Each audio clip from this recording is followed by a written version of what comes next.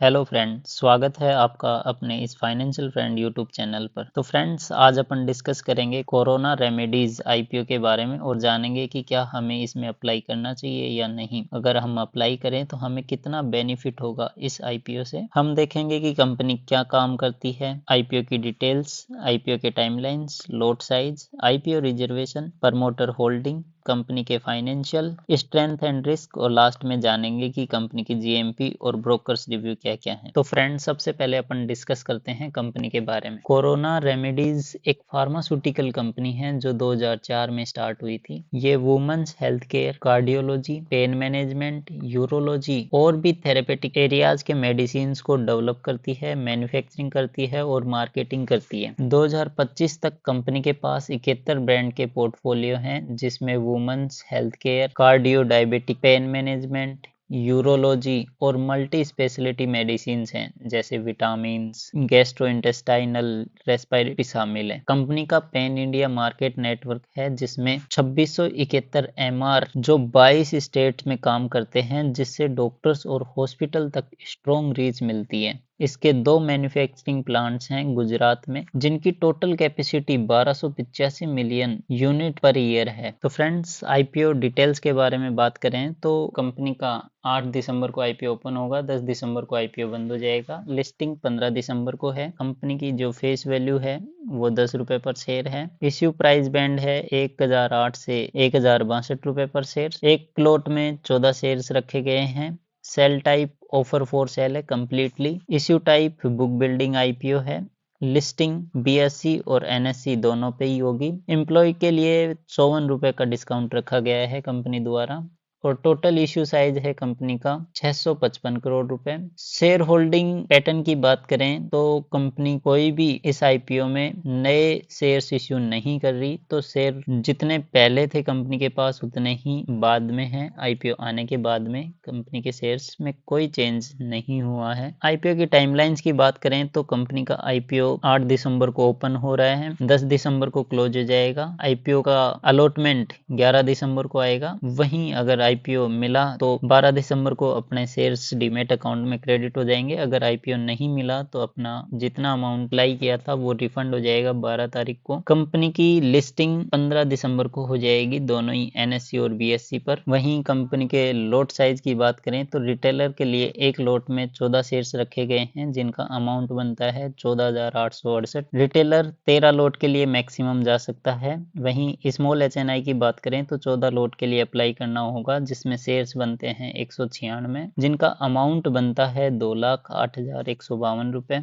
वहीं big HNI की बात करें तो यहाँ पे अपने को 68 लॉट लेने पड़ेंगे, जिसमें से शेयर बनते हैं 952 और अमाउंट की बात करें तो 10,11,024 रुपए बनते हैं। वहीं कंपनी के रिजर्वेशन की बात करें तो क्यूआईबीज के लिए 50% का रिजर्वेशन है, रिटेलर के लिए 35% का कोटा रखा गया है और वहीं एनएनआईज के लिए 15% का कोटा है इस आईपीओ में। वहीं कंपनी के प्रमोटर होल्डिंग की बात करें तो डॉक्टर कार्तिक कुमार के पास 22% है, नीरव कुमार के पास भी 22% है और अंकुर के पास भी 22% है और बाकी जो प्रमोटर बी है उनके पास 6.5% शेयर्स हैं। तो ऐसे मिला के कंप्लीट जो प्रमोटर होल्डिंग है आईपीओ आने से पहले वो 72.5% होल्डिंग है प्रमोटर्स की कंपनी के अंदर आईपीओ आने से पहले। वहीं कंपनी के फाइनेंशियल्स की बात करें तो कंपनी के एसेट्स 2023 में 595 करोड़ के थे, 2024 में 530 करोड़ के एसेट्स हो गए,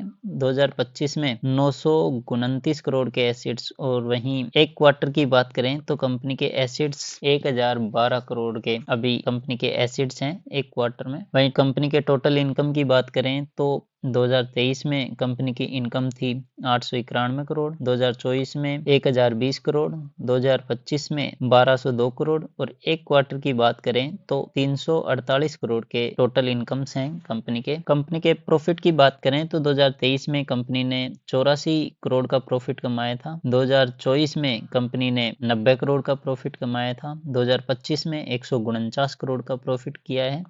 और वहीं एक क्वार्टर की बात करें तो कंपनी ने 46 करोड़ का प्रॉफिट कमाया है। इबिट्टा ग्रोथ देखें तो कंपनी का 2023 में 135 करोड़ का इबिट्टा था, 2024 में 161 करोड़ का इबिट्टा, 2025 में 245 करोड़ का इबिट्टा और एक क्वार्टर की बात करें तो 71 करोड़ का EBITDA निकल के आ रहा है। अभी कंपनी की नेटवर्थ की बात करें तो 2023 में कंपनी के 408 करोड़ की नेटवर्थ, 2024 में 480 करोड़ की, 2025 में 606 करोड़ की नेटवर्थ, और वहीं 2025 में बात करें एक क्वार्टर में तो कंपनी की स्लाइटली नेटवर्थ इंक्रीज हुई है और 607 करोड़ की नेटवर्थ। वहीं कंपनी के रिजर्व्स और सरप्लस की बात करें तो 2023 में कंपनी के रिजर्व्स और सरप्लस 347 करोड़ के थे, 2024 में 419 करोड़ के, 2025 में 545 करोड़ के, और वहीं 2025 एक क्वार्टर की बात करें तो 545 करोड़ का कोई चेंजमेंट नहीं हुआ है। रिजर्व्स और सरप्लस में माइन्यूट सा चेंज देखा गया है।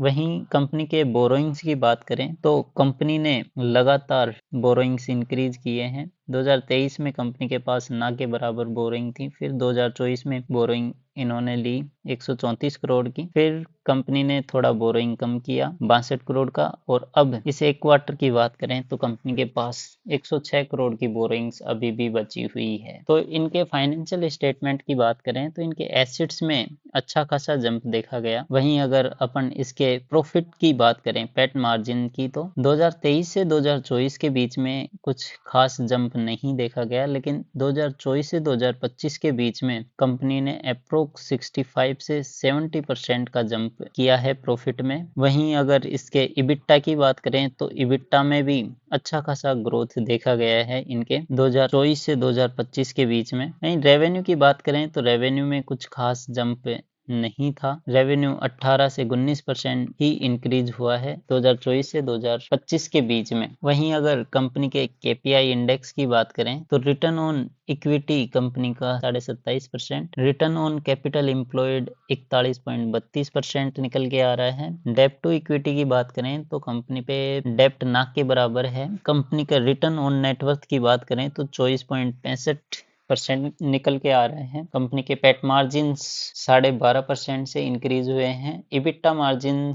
20.55% के हिसाब से इंक्रीज हुए हैं। वहीं प्राइस टू बुक वैल्यू की बात करें तो कंपनी का प्राइस टू बुक वैल्यू 10.71 निकल के आ रहा है, मतलब हायर साइड में है। कंपनी का मार्केट कैप की बात करें तो कंपनी का मार्केट कैप 6495 निकल के आ रहा है, जो कि एक स्मॉल कैप कंपनी में काउंट की जाएगी। वहीं कंपनी के ईपीएस की बात करें तो आईपीओ आने से पहले कंपनी का 24.43 का ईपीएस है, और आईपीओ आने के बाद में 30.21 का ईपीएस हो जाएगा। पीई की बात करें तो आईपीओ आने से पहले पीई कंपनी का 43.47 है, और वहीं आईपीओ आने के बाद में 35.15 का ही है। तो फ्रेंड्स, कोरोना रेमेडीज कंपनी के पीयर कंपैरिजन की बात करें तो कोरोना रेमेडीज कंपनी का ईपीएस कंपैरिजन करें तो ईपीएस में कोरोना रेमेडीज 24.43 के ईपीएस पे है। वहीं इसके जितने भी पीयर कंपैरिजन हैं उनका ईपीएस कोरोना रेमेडीज से ज्यादा ही है। तो यहाँ पे तो कोरोना रेमेडीज पिछड़ता हुआ नजर आ रहा है। तो फ्रेंड्स, वहीं अगर कंपनी के पीई की बात करें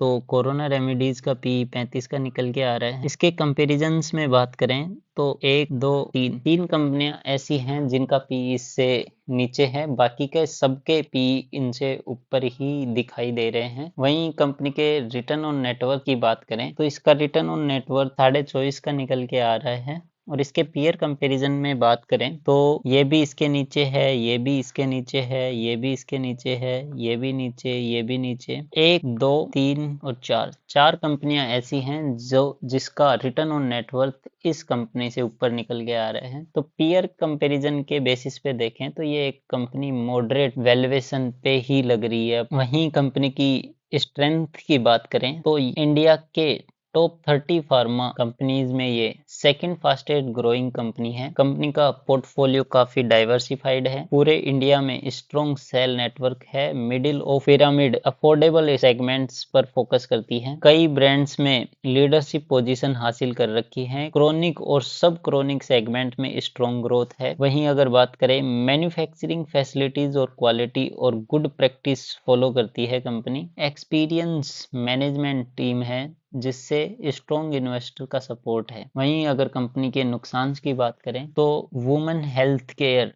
कार्डियो, डायबिटीज और pain management product expected performance ना दिखाए तो रिस्क हो सकता है। Government price control rules operation को नेगेटिव इम्पैक्ट करा सकती है। रॉ मटेरियल और फिनिश्ड गुड के लिए थर्ड पार्टी सप्लायर पर डिपेंडेंसी है। ट्रेडमार्क और प्रोप्राइटरी इंफॉर्मेशन सिक्योर करने में मुश्किल आ सकती है। फार्मा इंडस्ट्री काफी कॉम्पिटिटिव है। इंडिया के स्ट्रिक्ट गवर्नमेंट रेगुलेशन को फॉलो करना पड़ता है। ये इसके कुछ रिस्क थे। वहीं अगर ब्रोकर्स रिव्यू की बात करें तो कैनरा बैंक सिक्योरिटी लिमिटेड ने अप्लाई करने के लिए रिकमेंडेशन दी है। दिलीप देवड़ा ने कोई रेटिंग अभी तक नहीं दी है और स्वास्तिका इन्वेस्टमार्ट ने अप्लाई करने के लिए रिकमेंडेशन दी है। तो फ्रेंड्स, अगर अभी के टाइम पे आईपीओ की जीएमपी देखें 26% के समथिंग निकल के आ रही है। वहीं अगर इसके एस्टिमेटेड प्रॉफिट की बात करें तो वो 3500 रुपए तक अपने को लिस्टिंग डे पर प्रॉफिट मिल सकता है इस आईपीओ में। तो फ्रेंड्स, क्या आप इस आईपीओ में अप्लाई करने वाले हैं या इसको अवॉइड करेंगे? ये हमें कमेंट सेक्शन में जरूर ये भी बताएं कमेंट सेक्शन में कि आपको ये वीडियो कैसा लगा, और इस वीडियो को लाइक जरूर करें और चैनल को सब्सक्राइब करें ताकि आपको रेगुलर अपडेट मिलती रहे।